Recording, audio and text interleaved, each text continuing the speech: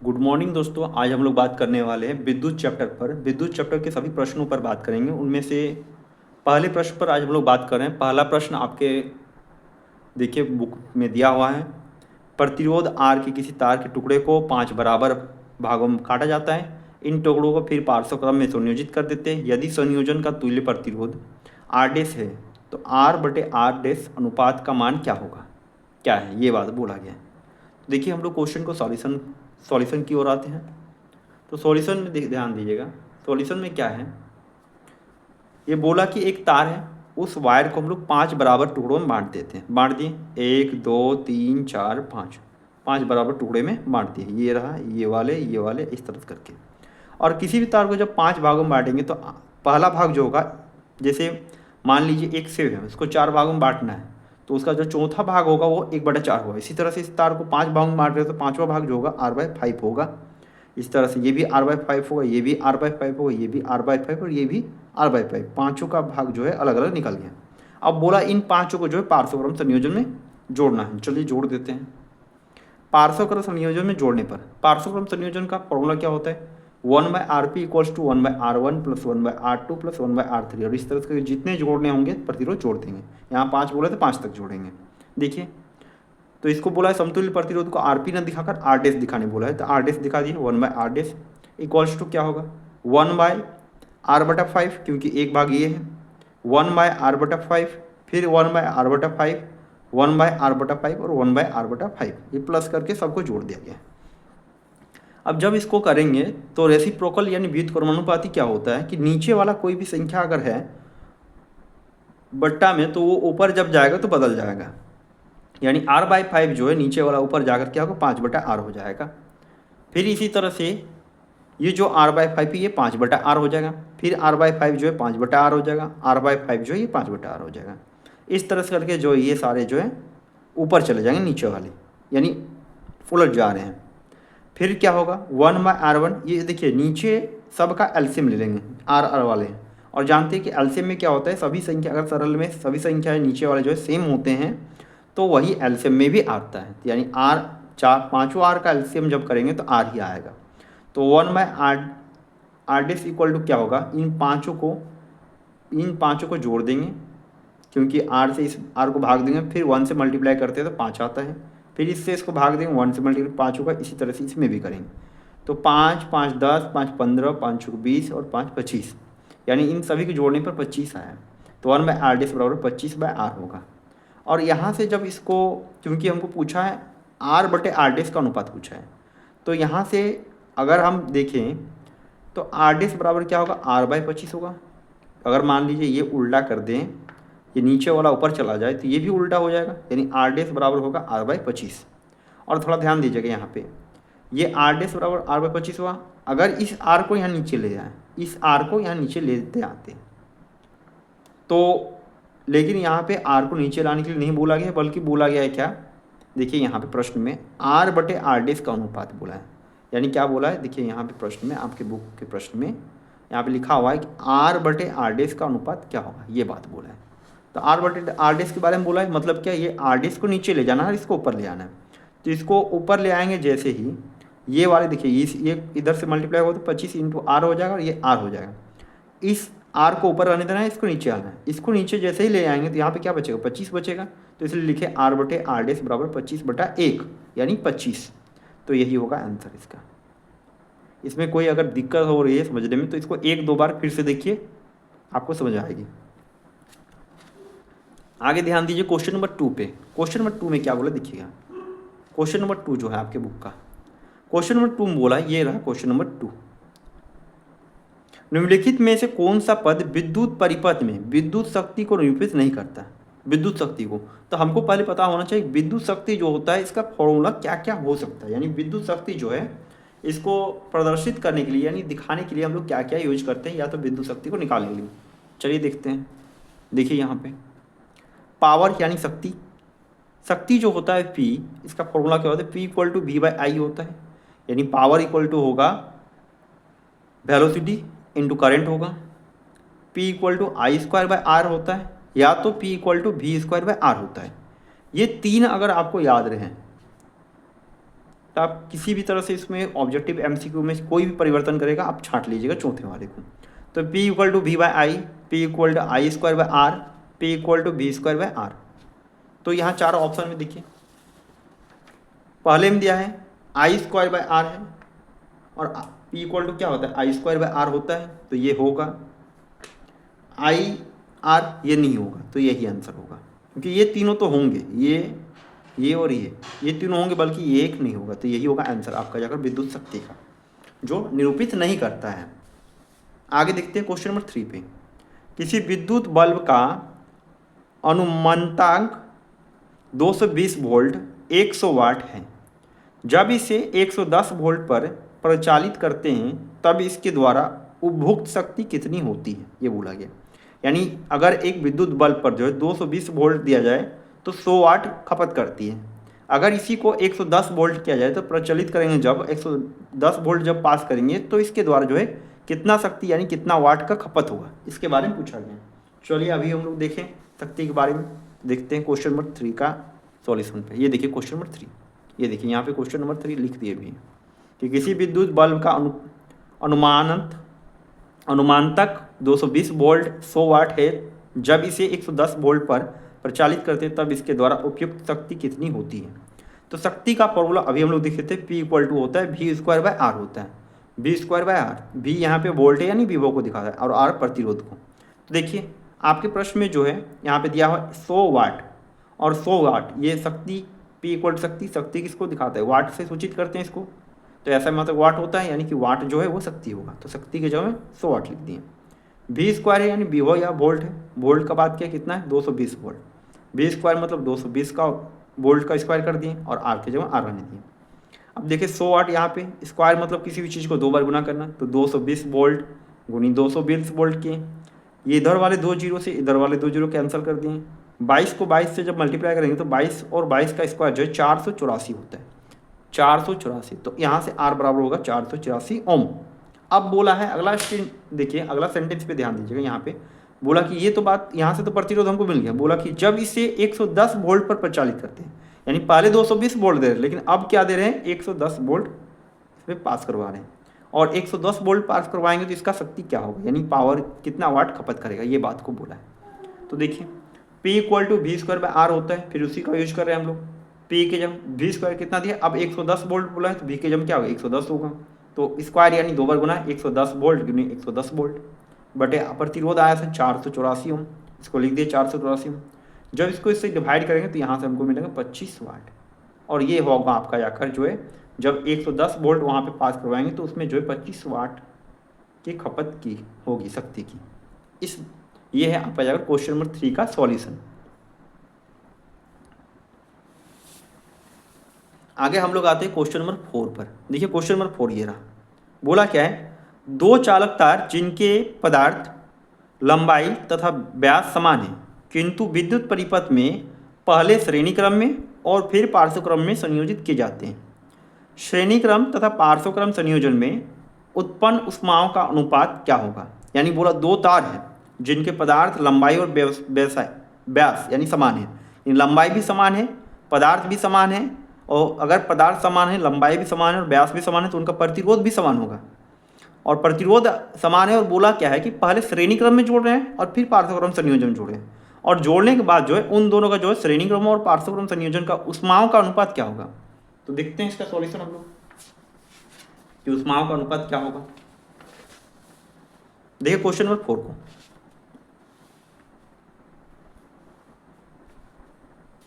ये रहा question number 4, इसका सॉल्यूशन देखिए। बोला तो 2 तार, ये एक तार रहा ये एक तार, दोनों तार है, दोनों तार का ये L यानी लंबाई है, ये D यानी व्यास दिया हुआ है।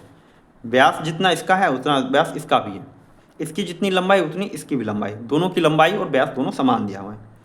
तो अगर समान है तो इसका प्रतिरोध R है, इसका भी प्रतिरोध R है, दोनों का प्रतिरोध समान होगा। अब हम लोग जैसे प्रश्न में बोला गया इसके अनुसार करते जा रहे हैं। बोला है 2 चालक तारों को पार्श्व क्रम में तथा श्रेणी क्रम संयोजन में जोड़ने पर, पहले हम इसको पार्श्व क्रम संयोजन में जोड़ेंगे और फिर श्रेणी क्रम में। पार्श्व क्रम में जब जोड़ेंगे तो पता है हम लोग को कि पार्श्व क्रम में 1/Rp equal to 1/R1 plus 1/R plus 1/R होगा, क्योंकि दोनों का प्रतिरोध तो समान दिया है। दोनों को जब जोड़ेंगे तो R का एलसीएम लेंगे R होगा, ये 1 और 1 2 हो जाएगा, तो 1/RP इक्वल्स टू 2/R होगा। और जब इसको RP निकालेंगे यानी पार्श्वक्रम संयोजन में प्रतिरोध निकालेंगे तो रेसिप्रोकल होगा, यानी उल्टा हो जाएगा, व्युत्क्रमानुपाती। तो ये जो 2 है ये नीचे आ जाएगा और ये R ऊपर आ जाएगा, यानी R/2 होगा प्रतिरोध। इसी तरह से श्रेणीक्रम संयोजन में देखेंगे हम लोग, यहाँ पे श्रेणीक्रम संयोजन में जोड़ने पर क्या होगा। तो श्रेणीक्रम संयोजन में जानते हैं कि हम लोग का फॉर्मूला क्या होता है, 1/RP equal to R1 plus R2 plus जितने भी होंगे सारे जोड़ देंगे। तो यहाँ 2 प्रतिरोध, दोनों को जोड़ेंगे, दोनों का प्रतिरोध R है तो दोनों को जोड़ दिए, तो यहाँ से आया 2R। यानी ये जो है श्रेणीक्रम संयोजन में जो प्रतिरोध कुल होगा दोनों तारों को जोड़ने पर 2R होगा, और वही वाले पार्श्वक्रम संयोजन में जब जोड़ेंगे तो प्रतिरोध होगा R/2। अब इसके उष्माओं का अनुपात, तो हमको पहले पता होना चाहिए कि उष्माओं का अनुपात निकालने के लिए उष्मा का फॉर्मूला क्या होता है, यानी उष्मा जो है और प्रतिरोध के बीच में संबंध क्या होता है। तो H इक्वल टू I²RT, ये होता है उष्मा और प्रतिरोध के बीच का संबंध। यानी उष्मा बढ़ेगा तो प्रतिरोध भी बढ़ेगा, उष्मा बढ़ेगा तो विद्युत धारा भी, और उष्मा को बढ़ाएंगे तो समय भी। ये बात भी कभी कभी पूछ देता है। अब श्रेणीक्रम तथा पार्श्वक्रम संयोजन को उष्माओं का अनुपात, इन दोनों जो है एक श्रेणीक्रम और पार्श्वक्रम संयोजन के उष्मा का अनुपात निकालते हैं।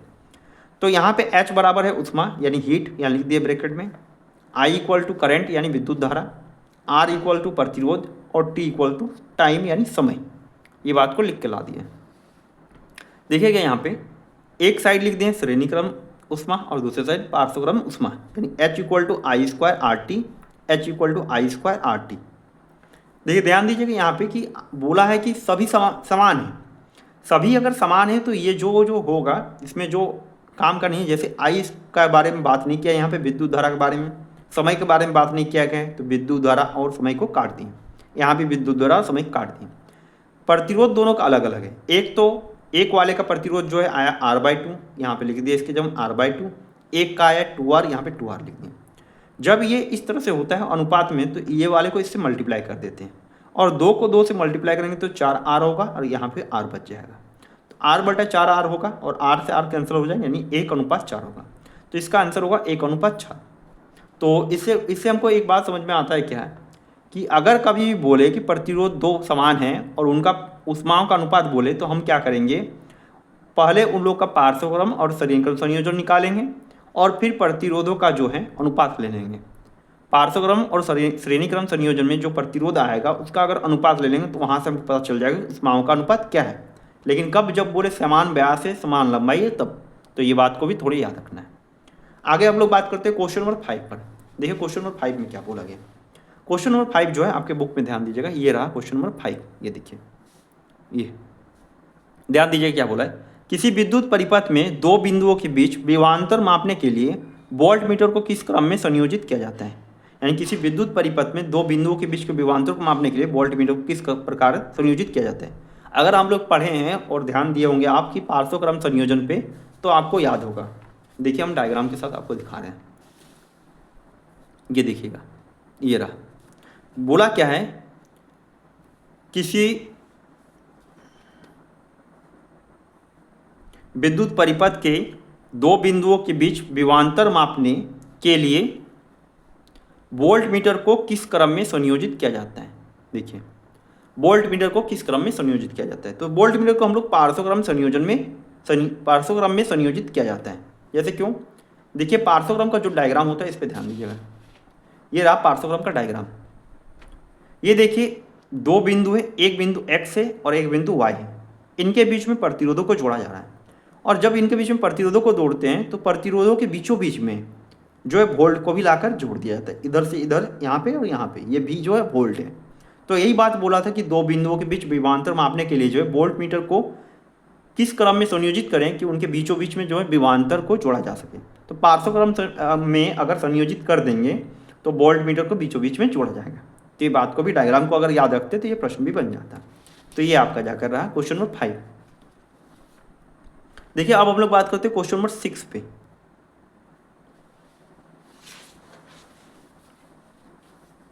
क्वेश्चन नंबर 6 में क्या दिया है, किसी तांबे के तार का व्यास 0.5 mm है तथा प्रतिरोधकता 1.6 इंटू 10⁻⁻8 ओम मीटर है।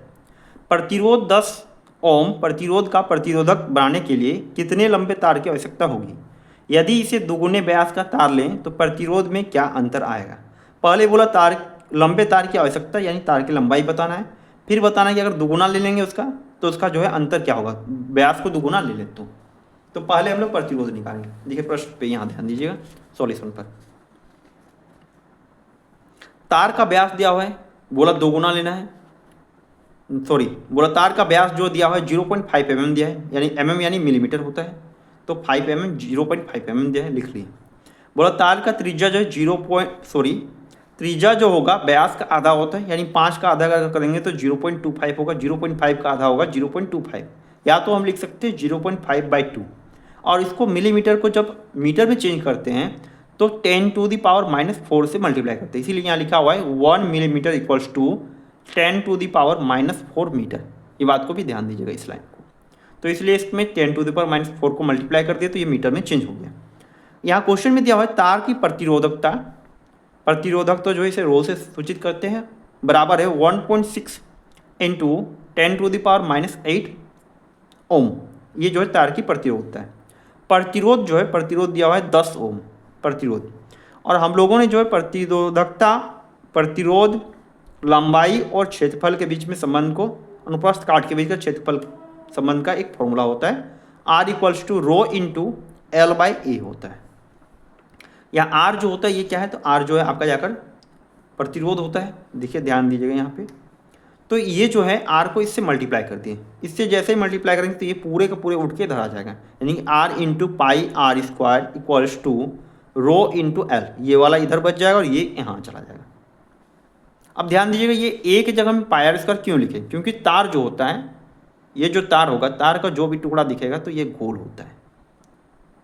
तार का जहाँ का भी टुकड़ा लेंगे ये गोल होगा, और गोल है यानी किसके समान है, तो वृत्त के समान है, और वृत्त का क्षेत्रफल ही तार के क्षेत्रफल में लेंगे, यानी पाई R स्क्वायर, इसलिए लिख दिए पाई R स्क्वायर। ये बात को भी ध्यान देना है। अब ध्यान दीजिए R जो है यहाँ पे दिया हुआ था क्वेश्चन में 10 ओम, तो R जो है ऊपर में देखिए, ये देखिए R का मान 10 ओम दिया हुआ है प्रश्न में, तो यहाँ पे 10 ओम लिख दिया R की जगह में। पाई के जगह में पाई रहने दिए। बोला है त्रिज्या, तो त्रिज्या हमको पता था कि व्यास जो इतना दिया हुआ है, व्यास जो प्रश्न में दिया हुआ है, व्यास का आधा जो त्रिज्या होता है, 0.5/2 इंटू 10⁻⁻4 मीटर, क्योंकि मिलीमीटर में चेंज किए थे इसको, तो ये बात को यहाँ लिख दिए। और R स्क्वायर दिए तो इस पूरे का स्क्वायर कर दिए, बराबर क्या होगा, तो ये जो है बराबर में होगा प्रतिरोधकता इंटू L होता है लंबाई। तो प्रतिरोधकता दिया है 1.6 गुनी 10⁻⁻8, ये प्रतिरोधकता दिया हुआ है, गुनी L होगा।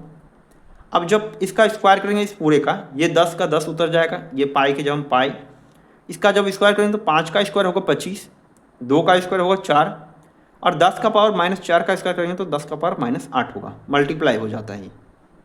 तो यहाँ पे ध्यान दीजिए, इधर भी 10⁻�8 है, इधर भी 10⁻�8 है, दोनों को कैंसिल कर दिए, कट कर दिए, तो बचा क्या। अब ये वाला जो है इधर ले आएंगे, क्योंकि लंबाई हमको पूछा है, तार की लंबाई क्या होगा L, तो 10 गुनी पाई 25/4, और ये 1.6 जो है यहाँ आ जाएगा, मल्टीप्लाई कर दिए नीचे ला के। अब जब पाई का मान यहाँ पे रख लिए 3.14, जब इसको कैलकुलेट करेंगे, कैलकुलेशन करेंगे, कर लीजिएगा, तो कैलकुलेट करने पर जो है लंबाई जो है तार की लंबाई, लेंथ ऑफ वायर यानी तार की लंबाई जो है L बराबर 122.7 मीटर समथिंग अप्रोक्स में आएगा ये, क्योंकि ये बढ़ते जाएगा। एक्चुअल में ये जो है पूरे विभाजित नहीं हो रहा है, इसलिए बढ़ा के हम लिखे हुए 667 कुछ करके समथिंग आ रहा है, तो 122.7 मीटर ये आ गया तार की लंबाई। अब हम लोग बात करते हैं, यहाँ पे बोला है कि अगर व्यास को दुगुना करते, व्यास को दुगुना मतलब ये जो तार था इसका व्यास अगर D था, तो उसके बाद जो दूसरा तार आएगा इस तार का व्यास जो है दुगुना होगा, यानी 2D हो जाएगा, D से 2D हो गया। ये बात को बोला है कि यहाँ पे ये जो व्यास है D था तो ये 2D है, अगर नहीं दिख रहा है तो इधर हम लिख दे रहे हैं कि ये व्यास जो है ये 2D हो गया, ये बोला गया। तो अगर 2D हो गया तो फिर हम लोग एरिया पाई R स्क्वायर होगा, और ये जब S इसके बाद किया जाता है तो हम लोग पढ़ें क्या कि प्रतिरोध जो होता है अनुप्रस्थ काट के क्षेत्रफल का व्युत्क्रमानुपाती होता है, ये दोनों के बीच संबंध होता है। तो पहले वाले तार का प्रतिरोध और दूसरे वाले तार के प्रतिरोध का अंतर यानी अनुपात ले लेंगे। अनुपात जैसे ही लेंगे तो क्या होगा, इसका एरिया और इसके एरिया का भी अनुपात होगा।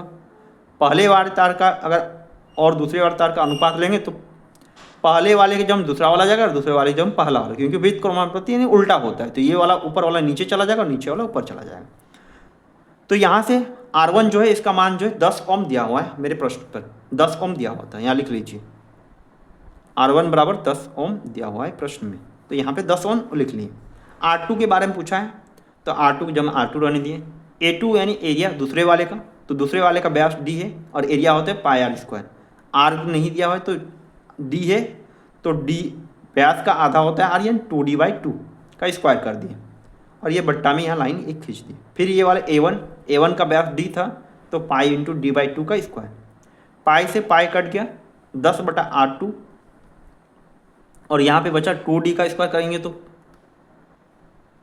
अच्छा एक काम यहाँ पे थोड़ा सा यहीं पे चेंज कर दिए। देखिए क्या किए, ये R2 जो है इसको इधर से मल्टीप्लाई कर दिए और इसको जो है यहीं रहने दिए और ये वाला नीचे ले आए, चेंज कर दिए एक ही लाइन में, एक थोड़ा सा इसको कट कर दिए हैं। D का स्क्वायर ऐड करेंगे D स्क्वायर होगा, 2 का स्क्वायर करेंगे 4 होगा और ये जो है ये वाला इधर से उना जाएगा, यानी 10 इंटू ये वाला 2 का स्क्वायर है, अगर 2D का स्क्वायर करेंगे तो 4D स्क्वायर होगा और 2 का स्क्वायर करेंगे 4 होगा, ये नीचे आ गया। तो यहाँ से ये D से ये D कैंसिल हो गया, ये 4 से ये 4 कैंसिल हो गया, 10/4 और 10/4 का मतलब हुआ 2.5 यानी 2.5 ओम। तो ये दूसरा जो प्रतिरोध निकलेगा वो 2.5 ओम होगा, तो ये इसका आंसर होगा। तो आज हम लोग इतने ही पर रखते हैं, क्वेश्चन नंबर 6 तक ही। और अगले भाग जो है, अगले प्रश्न जो है आपका जगह 7 से लेकर जो आगे की बात करेंगे वो अगले वाले वीडियो में बात करेंगे। आपको अच्छा लगे तो चैनल को सब्सक्राइब कीजिए, लाइक कीजिए और शेयर कर दीजिएगा। धन्यवाद।